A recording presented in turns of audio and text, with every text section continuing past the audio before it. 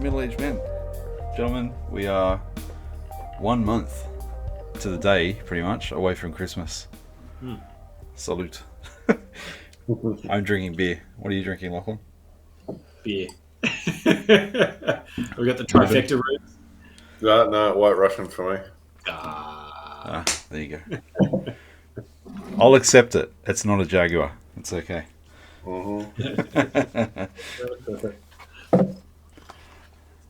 Awesome. I reckon we jump straight in. So we are up to Book 3, Section 2.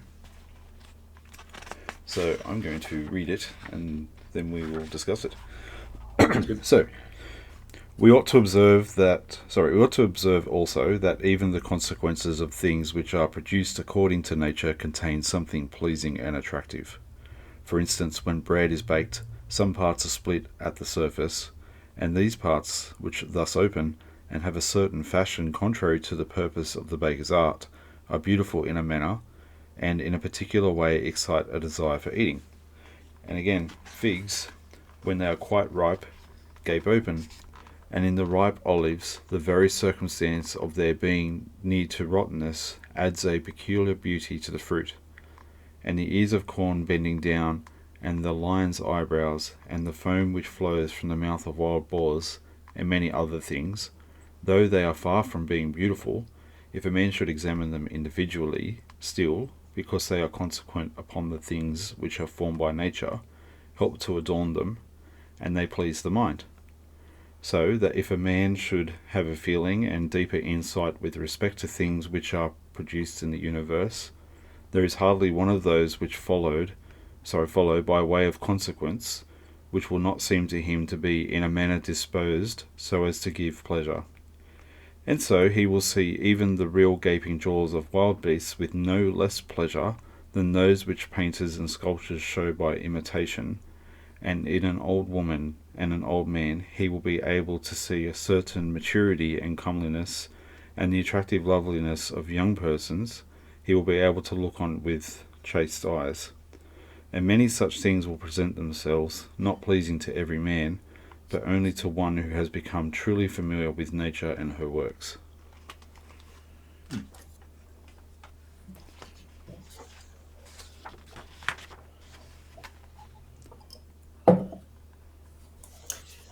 Well, I think that one's pretty straightforward, right?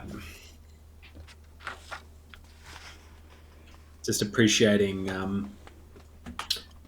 what's there, and just having your eyes open to, the natural order of things, and I think that's where he's sort of coming from there. Even if it's not like sort of developed for outright beauty, the fact that it's natural has a certain essence of, probably godliness, I think, is probably what he's leaning into, but yeah, something pure about it, just from being in its natural state. I don't know. I really like the bread example. How it's just describing things splitting at the surface, and it makes you hungry when you see that. Like, that's true. You don't intend it. You don't know where those cracks are going to be. You don't intend it to be there, but it's part of the process, and it has a beauty to it. Like, there is nothing like a really nice piece of freshly cooked bread. Well, before you even got to that bit, I was already thinking about that. And then we got there and I was like, yeah, that. Yeah, nice. What do you think, Rubes? When you started talking about bread, my immediate response, as maybe uncultured as it is, was just like, "Come on, bro, you're talking about bread now." Like, bread. We went on to the frothing of boars. So, what if we said it was olive mixed sourdough from some hipster bakery in Katoomba? Would that make it better? No, not the slightest. Men with mustaches, right? I don't know. I tried to read some poetry recently. I forget. It's some famous British dude. I'm not doing very well remembering any of it, but he wrote this poem, which is a really long poem. It's supposed to be really famous about, like his best mate dying or whatever. Mm. And then I realized it goes for like, I don't know, 50 pages or something. And I got about a quarter of the way in it, and I was like, bro, just nut up. I'll move on. Like, I'm sorry your mate's dead, but like, settle down. 50-page poem. Yeah. Yeah, you could see people he's just like, I just want to read a poem at the eulogy. I'm 2 hours just later. saying, if I die and one of you guys show up at my funeral with a 50-page poem, all you're going to hear is my ghost whispering in your ear. Move on.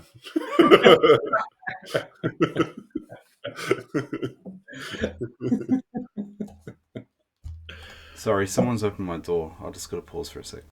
You're right, man. And we're back. Sorry, just had to pause. I think the door opened by a ghost. That's right. Give me a chance to look at that poem. It was Lord Tennyson. Okay, Alfred cool. Tennyson, in memoriam. Yep. 236 pages. Dang. Yeah. History's first emo. Yeah, and like I said, I mean, I get that there's probably a whole thing there I'm missing about the nature of the language and the expression of it, but I couldn't get through it. I'm just like, settle down, bro. Yeah. Maybe that just means I'm dead inside. I don't know. But anyway, long story short, that's when he started talking about bread. I'm like,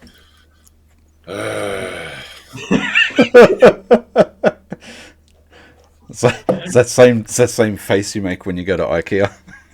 oh yeah. Yeah. Nice.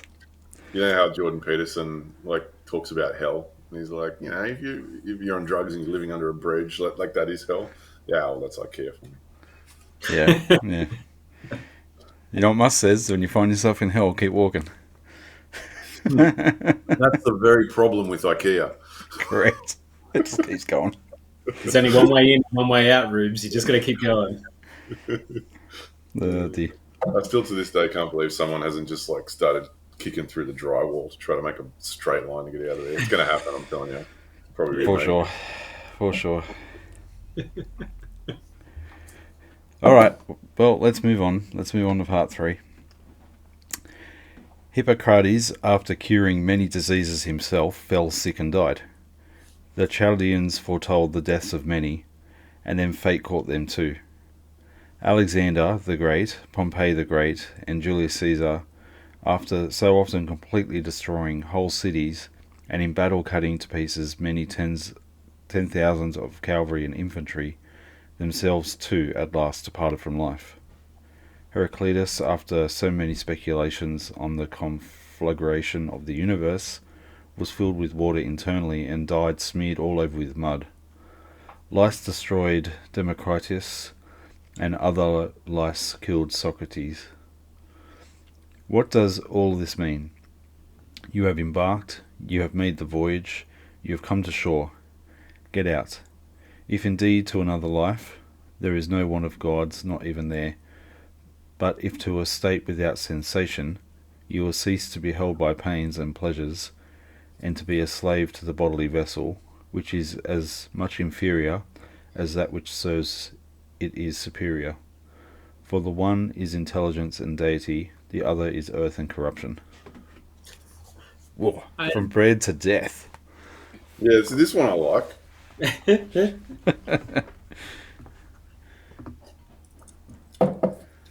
What were you going to say there, Lachlan?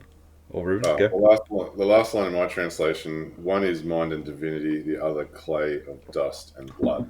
I quite like that, the wording of it.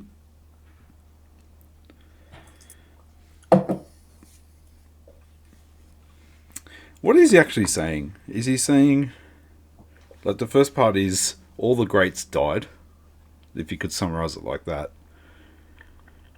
And then he's saying, all right, so if they've all died, what does life mean, basically?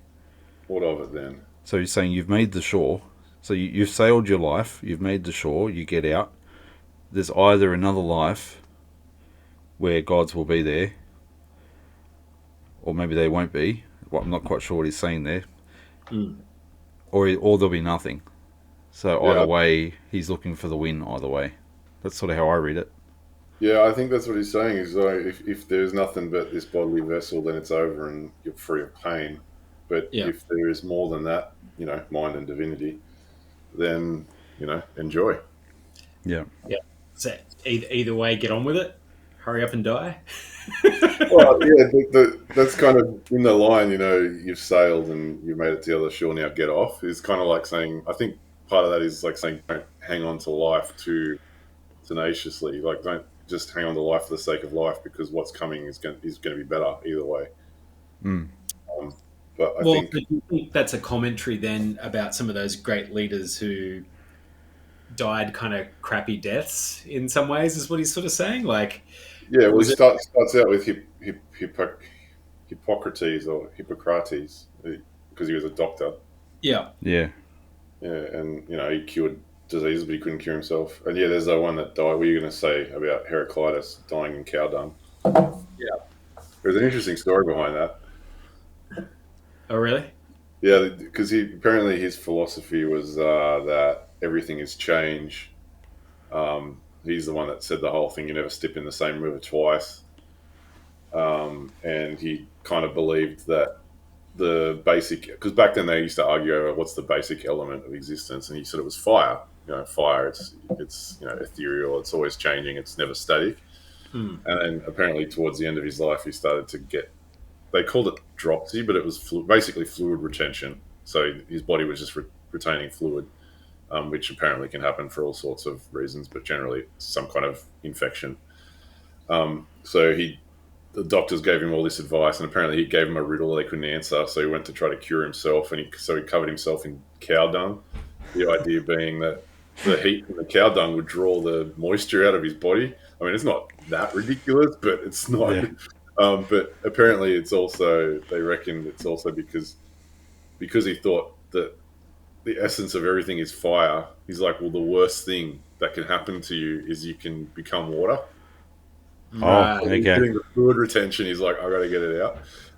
But they don't know whether that's a true story or whether that's just a myth that his critics have laid on him after his death, or whether it's like an allegory that is supposed to illustrate his philosophy. But yeah, so that's apparently the go with Heraclitus. It's interesting. The other one that was lice destroyed Democritus, and then other lice cured Socrates. Oh yeah, it sounds better in my version. Vermin were the death of Democritus, and vermin of another sort killed Socrates.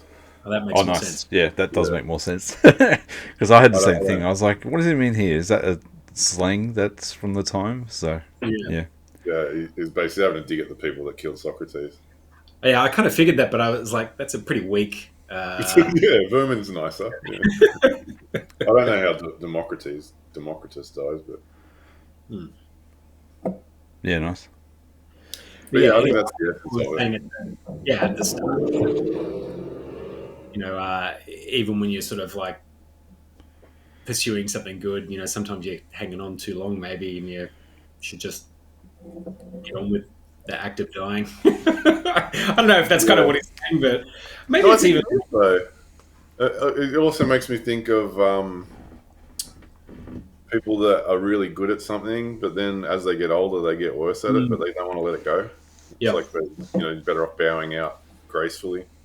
Yeah, professional. I'm making absolutely no reference to any recent boxing matches. Yeah, I was about to say, like, yeah, Mr. Tyson.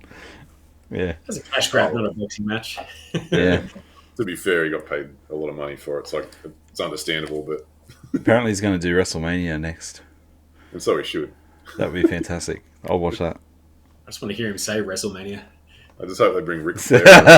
Oh, yes, that would be funny.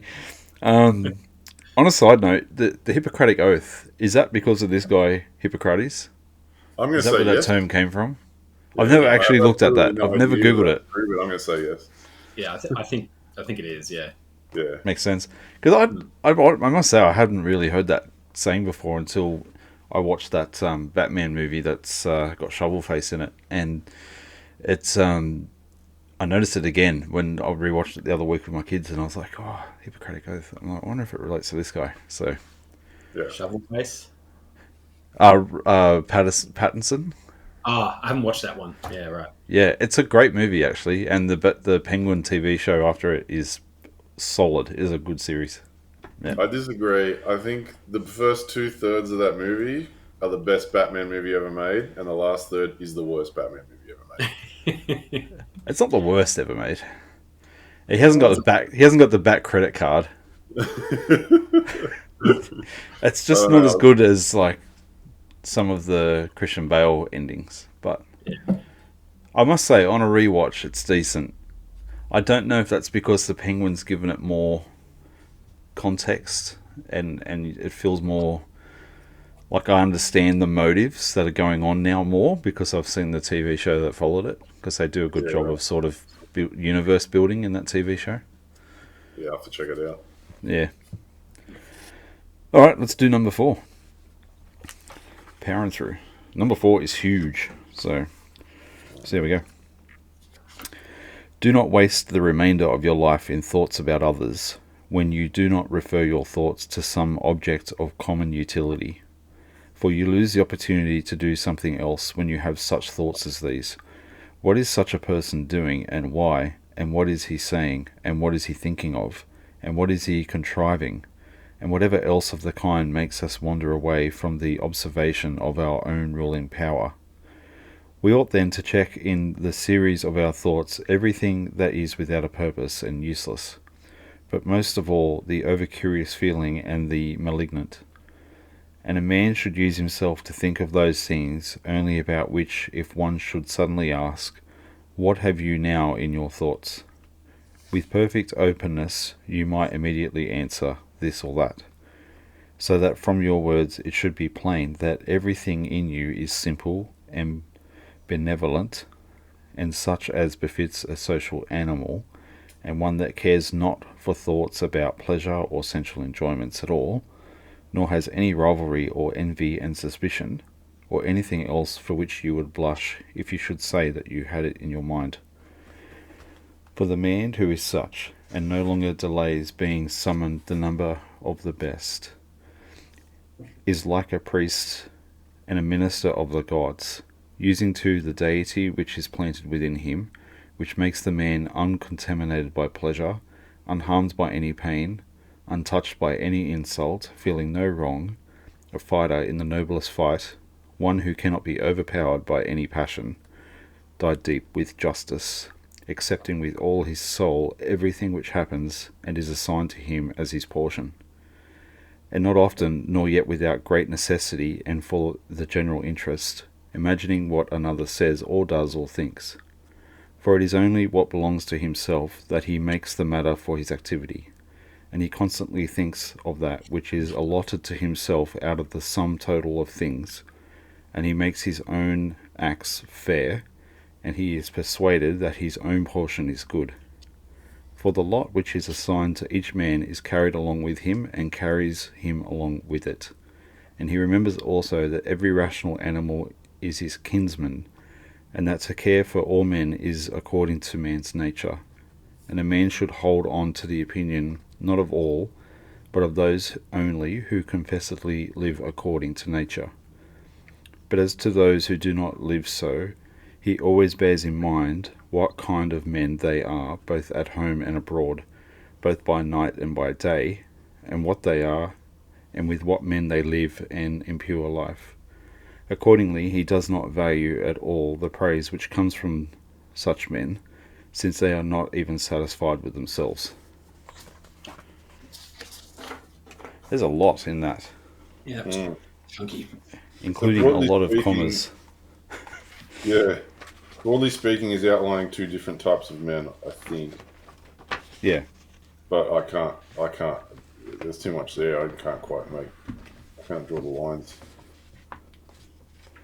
Let's try and summarize it one chunk at a time. So he's reminding himself not to waste the remainder of his life in thoughts about others when he does not refer his own thoughts to some object of common utility. What?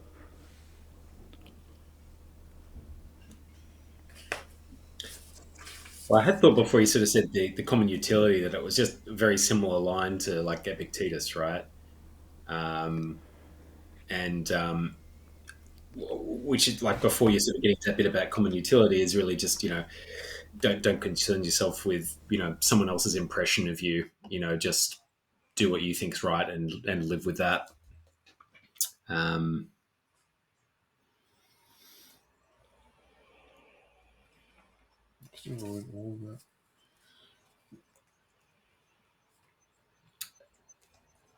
and I think then he's sort of going on to sort of like really talk about that other guy and like really what is the value of opinion from somebody who may not align with your values anyway.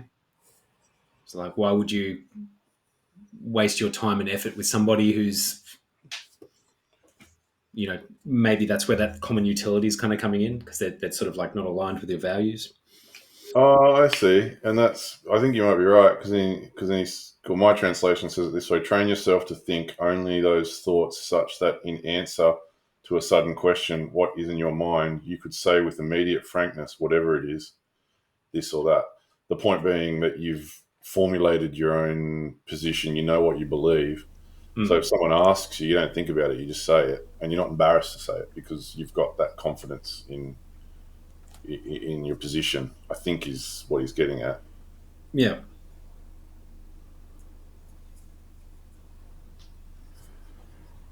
Yeah.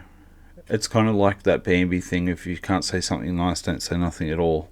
So it's applying that to your thoughts. But I think he's also sort of saying like it's like you don't want to hold back your thoughts because you're worried about what somebody else's opinion or judgment might be of you for what your thoughts are. Yeah.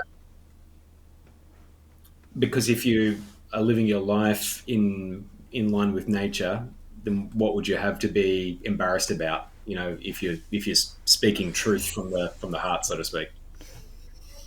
Yeah, and that you're in the pursuit of good thoughts, and not necessarily self improvement, but trying to aim upwards, I guess you could say. Yeah, because like he's talking there about one cares not for thoughts about pleasure or sensual enjoyments at all, nor has any rivalry, envy, or suspicion, or anything else that you would blush if you said if you had in your mind. Yeah. So if you're pure of thought and know with simplicity what you're working towards as a good person, then you should have no issue with speaking your mind. Yeah, because he then goes on to affirm the whole thing about every man has his lot. So go about managing what you have, what you're fated to control, Yeah. and just be excellent at that. As for his lot, he is convinced it is good, and each person appointed lot is both his fellow passenger and his driver. That kind of reminds me of the Book of Job a bit. Of what, sorry? The Book of Job. How like it's that attitude of whatever's happening to you, it's what's meant to be happening. Yeah. And not complaining about it and accepting it as being correct. Not. Yeah, But I think there's also I know from like some of the reading we did with it was probably in the Republic, I think, when we were talking about the fates and stuff, right? And there seemed to be some like philosophical thought that like whilst you were given a lot in life, it was still up to you as to how you kind of interpreted that lot and whether Yep. you choose to try and make the best of it, or even if you got a bad lot, you could either like go further downhill with it, right? Or you can try and make the best of that lot as you sort of can. Which is interesting because like they do talk about things like kind of being fated, like there's a predestiny or something like that. But at the same time, there is something that they see in man that you can maybe not rewrite your destiny, but you can bend it a little to the way that you are as a person. Yeah, you don't deal your hands, but you choose how you play it, basically. Yeah. Yeah. Yeah, cool. I think that closing paragraph has got some meat in it too. Yeah, I agree. I was just looking at that. He bears in mind too that kinship of all rational beings and that caring for all men is in accordance with man's nature. I just find that an interesting statement because, I mean, it's easy to say from a Christian cultural perspective or from a overtly Christian perspective that every man has the spark of God. You know what I mean? That we're made in God's image, therefore you should love and respect each other. But he's essentially giving a reason without that backing for why you should care for other men, because Which, apparently that's in part of our nature that we have that kinship of rationality, and therefore it's in accordance with our nature to care for all other men. I don't know how that really works out logically, but I just found it interesting because it's it's a pre-Christian argument Yep. for caring for others. yeah, I mean, it's interesting for the time, right? Yeah, I wonder how unique it was. Yeah. I mean, it may not have been unique for philosophers, but you'd think it would be unique for emperors. I reckon. Well, I think that's partly why he immediately follows it with the statement around don't value praise from people who don't think in this manner. Which, again, is pretty standard for a philosopher to think that way, I think. Particularly after reading The Cave and, you end up outside under the sun watching the Yeah. world go by because there's not too many of you that get out. Well, it's just someone telling you you're really good at recognizing the shadows on the wall, right? That's right. Yeah. So, yeah, I think it's solid. It was a chunky read. Yeah. Yeah. All right, happy to move on? Sure. Yep, all right, 5. Do not labour unwillingly or without regard to the common interest, or without due consideration, or with distraction. Do not let studied ornament set off your thoughts, and be neither a man of many words, nor busy about too many things. And further, let the deity which is in you be the guardian of a living being, manly and of ripe age, and engaged in political matters, and a Roman and a ruler, who has taken his post like a man waiting for the signal which summons him from life, and ready to go, having need neither of oath nor any man's testimony. Be cheerful also, and do not seek external help, or the tranquillity which others give. A man then must stand erect, not be kept erect by others. I've heard that last line before. Is that in Gladiator? Well, mine is the different translation. Your duty is to stand straight, not be held straight. Right. See that you keep a cheerful demeanour and retain your independence. Well, that makes sense. The first half, it's don't work unwillingly or without regard to the common interest. So don't work in a negative way. I guess you could say that.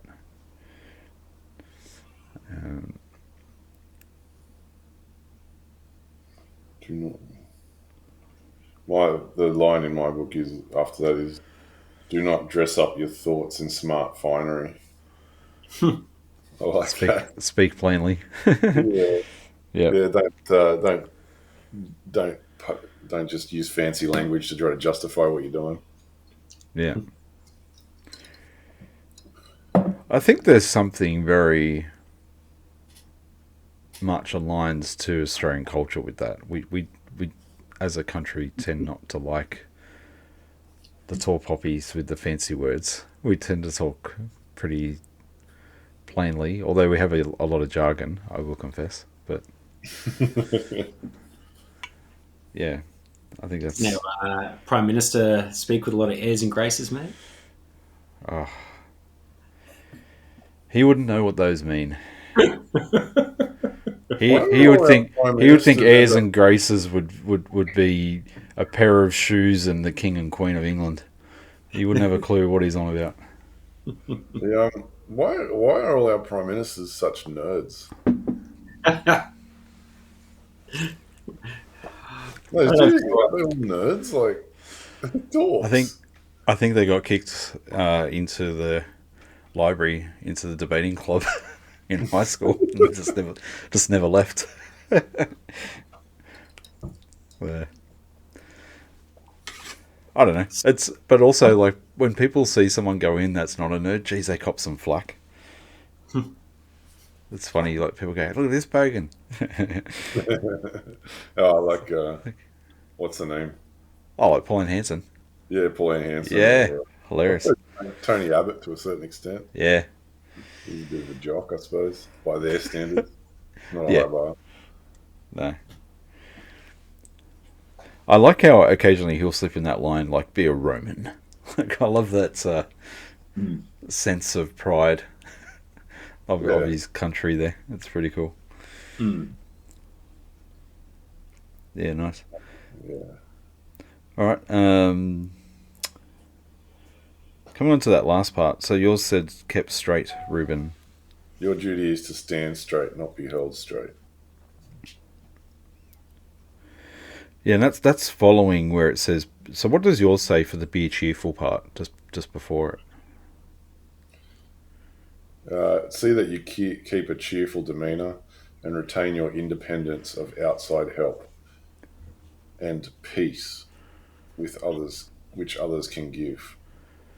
So Yep. saying don't depend on other people for your peace.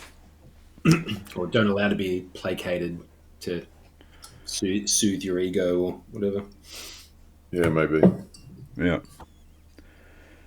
Yeah, it's a very manly message that. Like, stand on your own 2 feet. Be positive. Get stuff done. Be focused. Yeah.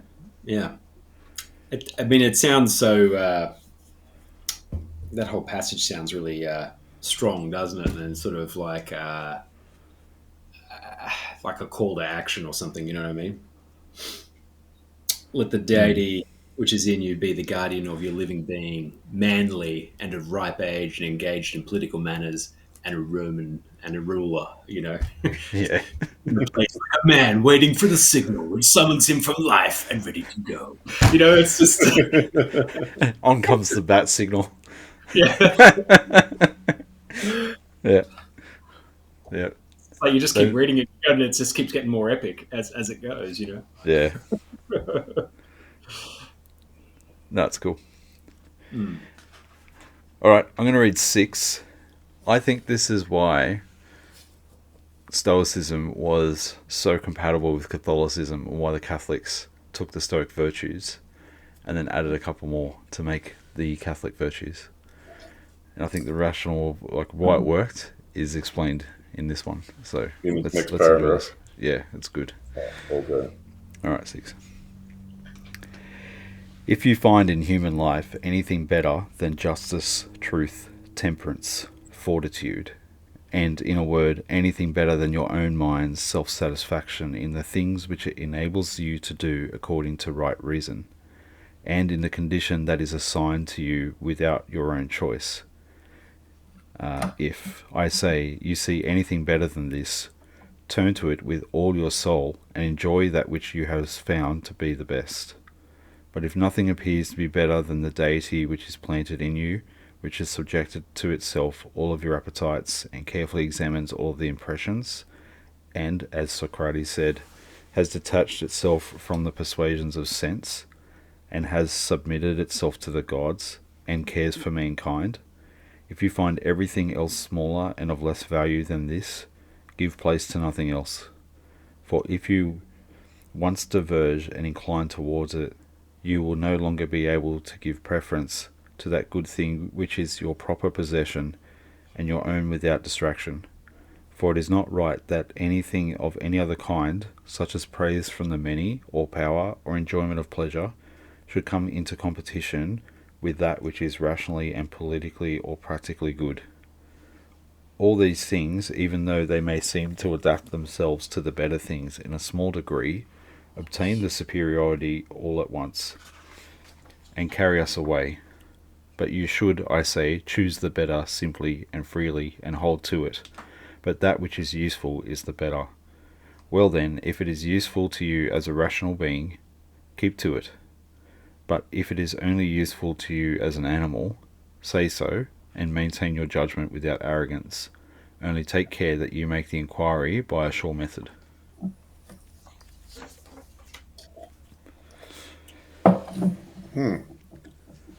Thoughts? What do you guys think of that one?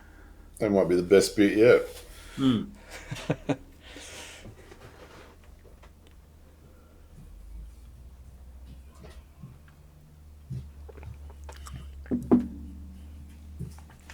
Are you both familiar with the Catholic... I've forgotten the word now. The virtue? Virtues, thank you. Yeah.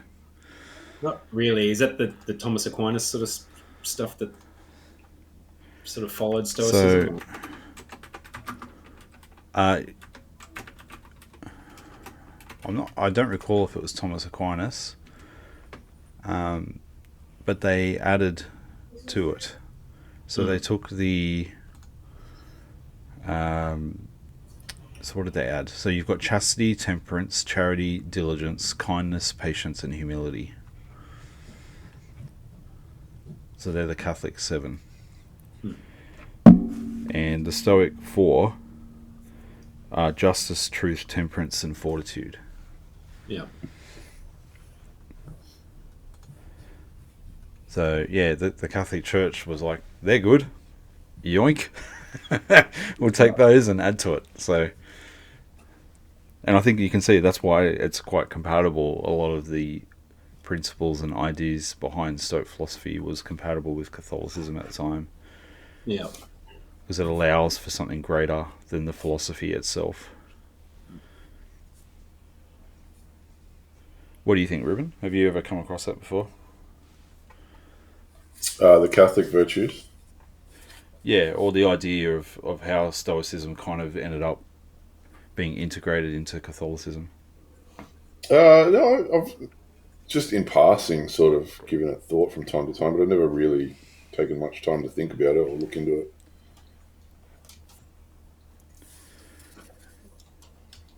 Socrates used to say. That's why I kind of find the Stoics, and I'm not going to say it's the same as, but it's kind of like another Old Testament. Yeah, I see where you're coming from. Yeah. But I think, like, built in to Socrates and then, by extension, Aristotle, and then this bloke, they're always talking about the highest good and angling for the highest good. So it makes sense that Christians have come along and said, "Oh yeah, we know what that is. That's God. That's Jesus." You know what I mean? So it's kind of like here's what the highest good is. So put that at the top, and look, all of a sudden it all fits together.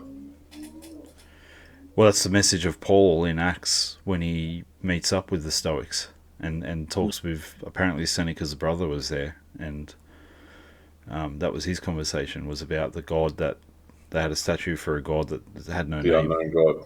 Yeah, and he's like, here he is. Yeah. This is why he's the right one. So. Yeah, well, it makes sense. I see what you're saying about this paragraph, because that's kind of, he's saying if you find something better, then follow that, put that at the center. Obviously, he finishes off by saying, be careful about the kind of reasoning you're using.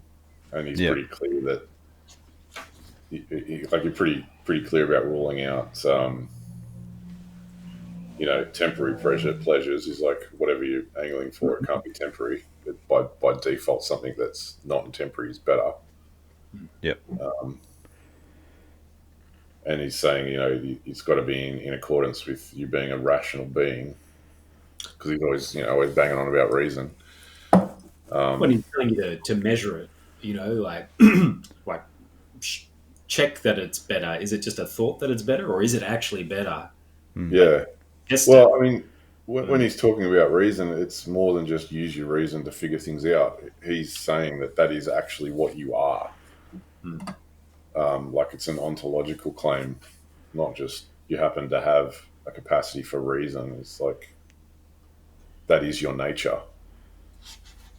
Yeah. A rational animal, I think, is what they used to call it. Yep. And then they're always implicitly or explicitly saying that reason is higher than your animal side, so to speak.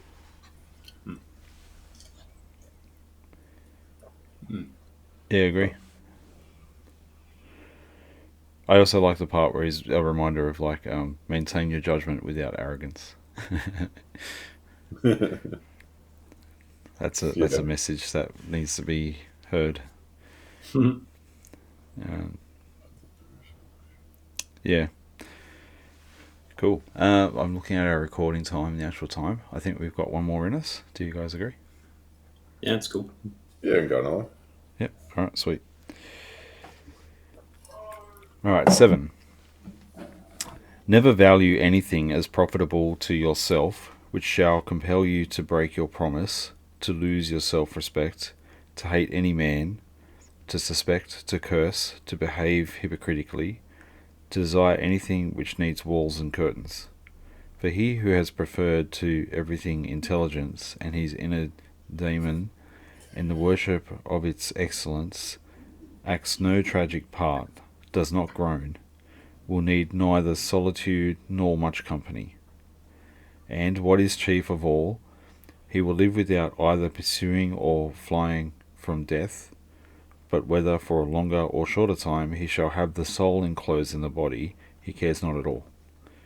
For even if he must depart immediately, he will go as readily as if he were going to do anything else which can be done with the decency and order, taking care of this only all through life, that his thoughts turn not away from anything which belongs to an intelligent animal and a member of a civil community. I like that.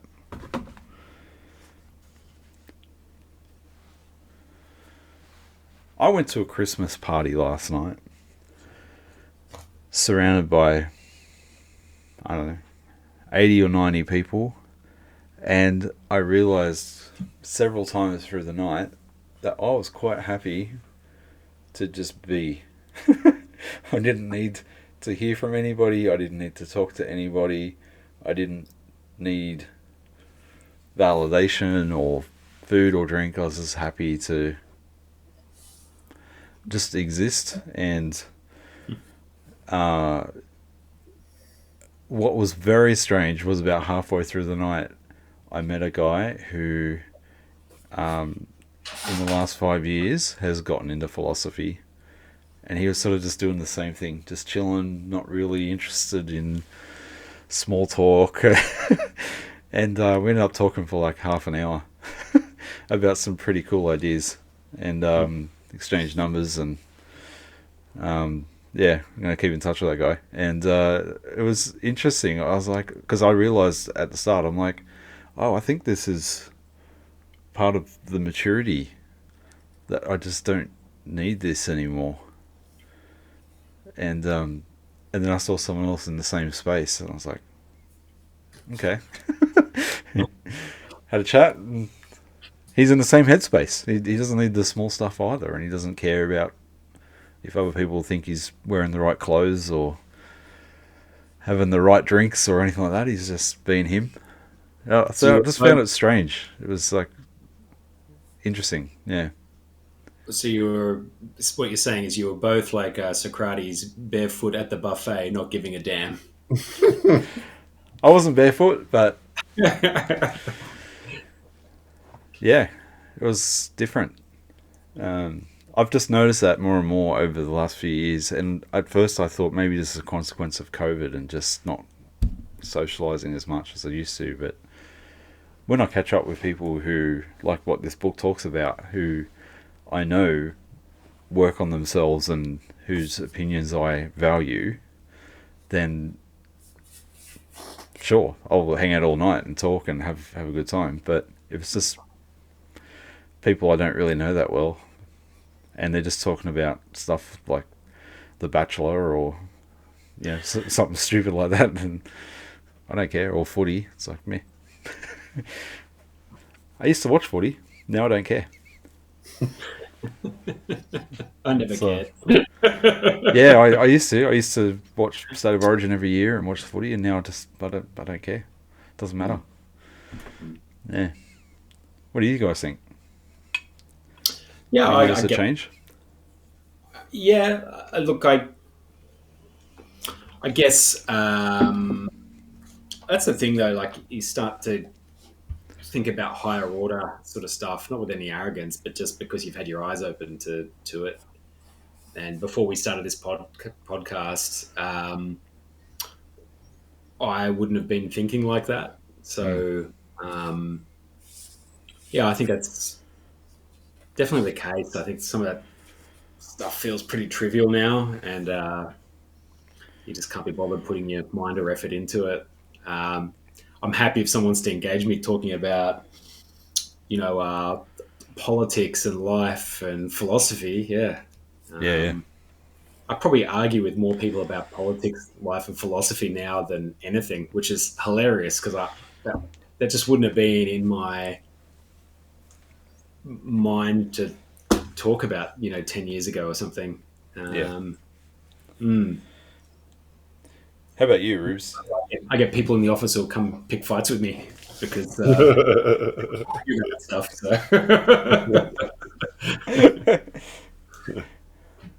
I've noticed, and I've actually just started saying it out loud now when, like, people talk about things that I guess you could call popular. I've actually said several times in the past couple of months to people, I said, I don't think you realise that I don't live in the same culture as you. Yeah. Like, I've actually started saying that to people. And the other thing that I've started doing, and I'll get back to you into whether this is healthy or not, is I've stopped apologising. Okay. Yeah. Because I realised that quite often using it as just like as a diffuser, or so I could just move on. But maybe I'm getting old and arrogant, but I've just recently decided, unless you give me a reason to apologise or explain to me or convince me that I'm wrong, I'm not going to apologise. And I just don't really do it now. But I think that's kind of coming from the same place as what you're describing. Yeah. Kind of what there's kind of, I think it's sort of what he's describing partially in this paragraph,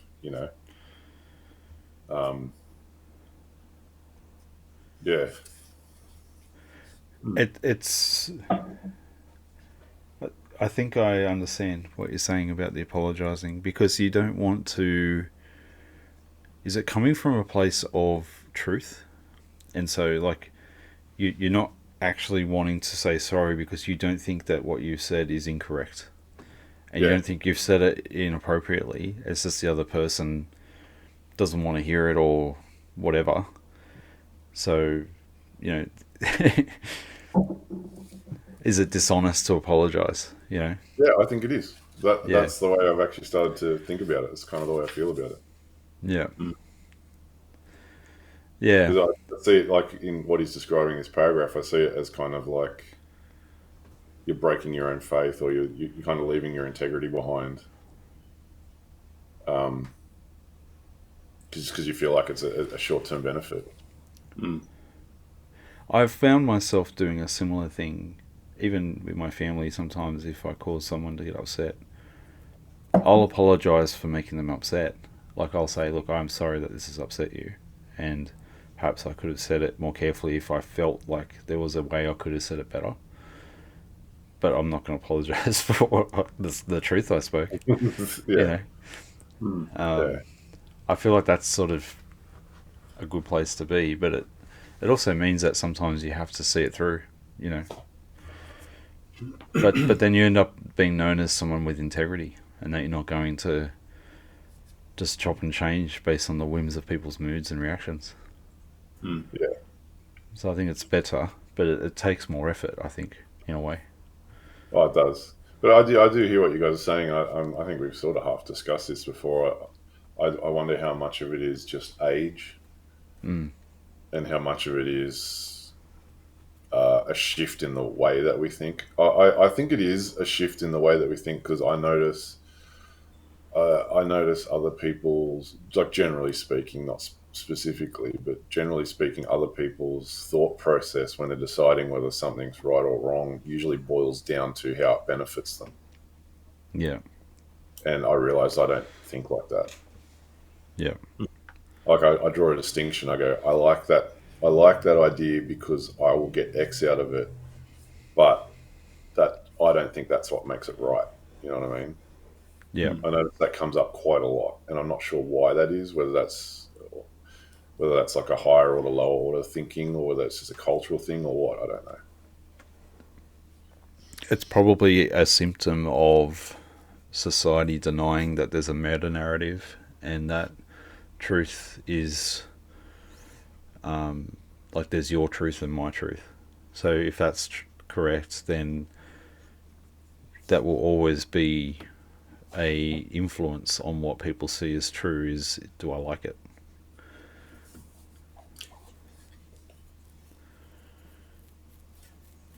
Yeah, no, because I literally have found myself, probably in the last couple of years more so, but even in the last couple of months, saying to people, well, I mean, I quite like that, but that doesn't make it right. You know? Yeah. Yeah. Yeah, I don't think it's an age thing though either. I think it's just I it's think you're it's right. it's a thought and a discussion thing, and it's just I think it's just evolving out of discussions like this, because I talk to quite a few people who are older than me, and they're still deep in the cave, Yeah. and you have some uncomfortable conversations at times, and they don't want to come out of the cave. Well, I wonder what we do with this podcast. Obviously, none of us think we're going to earn a living off it. Like, we don't get anything out of it.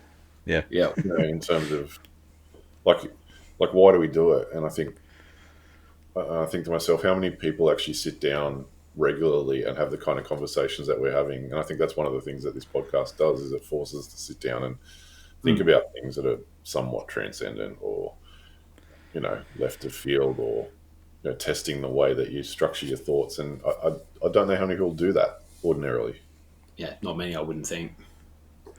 Not Time will many, tell whether and it's a benefit to us or not, or whether it's a good thing. But I mean, For sure it is. I'm so grateful for the conversations that we've had over this couple of years that we've been doing this. It's life-changing, honestly. yeah, right. I think so too. I also agree. I feel the same way. It's funny, like we started it through COVID, and because I just felt like we need it. I don't know what it was about COVID. It just made it more clear that this was missing. And I'm so glad we did it. And I know that there are guys that listen. And I know it helps them. Yeah. So I think it's a good place to end, guys. I think we'll wrap up the episode. We'll skip to the pub. I feel like that was kind of a pseudo pub conversation anyway. Nah, good work. But yeah, look, for those listening, thanks for listening. The Republic wasn't built in a day, and neither are middle-aged men, and that conversation just showed how much we have changed in more than a day. It's been a couple of years. But yeah, just by looking at the video, you can see my beard has definitely gotten greyer and longer, and my eyes look tighter, but What are you saying, Gandalf? I have more, yeah, thank you, but I have more wisdom, I hope. Yeah, anyway, thanks Lachlan, thanks Ruben, and catch us all next time. Yeah, Bye. See you guys.